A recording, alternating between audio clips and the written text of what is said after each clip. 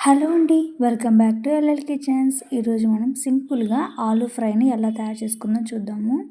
ఆలూకి చక్కగా పీల్ తీసుకొని అన్నీ ఒకే సైజు ముక్కల్లా కట్ చేసుకోవాలి. అప్పుడే అన్నీ కూడా బాగా ఫ్రై అవుతాయి. ముక్కల్ని 2-3 సార్లు వాటర్లో వాష్ చేయండి. అప్పుడు వాటి మీద ఉన్న స్టార్చ్ పోయి బాగా క్రిస్పీగా ఫ్రై అవుతాయి. స్టవ్ వెలిగించుకొని వెడల్పాటి బాణీని పెట్టుకొని 3 స్పూన్ల ఆయిల్ని యాడ్ చేసుకుంటున్నాను. దీనికి ఆయిల్ క్వాంటిటీ అనేది ఎక్కువగా పడుతుంది.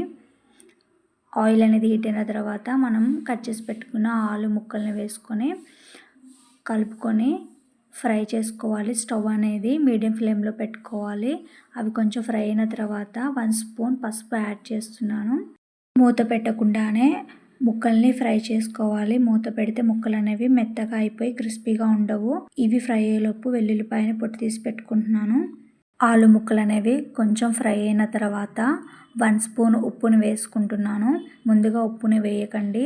ముందుగా ఉప్పు వేస్తే ముక్కలు అనేవి మెత్తగా అయిపోతాయి. కొంచెం ఫ్రై అయిన తర్వాతే ఉప్పుని వేసుకోండి. వెల్లుల్లిపాయని తీసుకొని పేస్ట్ లాగా చేసుకుంటున్నాను. ఒక వెల్లుల్లిపాయ తీసుకున్నాను కేజీ ఆలూకి. పచ్చగా దంచుకున్న వెల్లుల్లిపాయలోకి 2 స్పూన్ల కారాన్ని వేసుకొని మరి కొంచెం మెత్తగా పేస్ట్ చేసుకుంటున్నాను. ఈ పేస్ట్ వల్ల ఆలూ ఫ్రై అయితే చాలా సూపర్ టేస్టీగా వస్తుంది మనకి. ఆలు ముక్కలు లైట్ గోల్డెన్ బ్రౌన్ కలర్ వచ్చాక ఈ పేస్ట్ని వేసుకుంటున్నాను. ఒకసారి కలుపుకుంటున్నాను.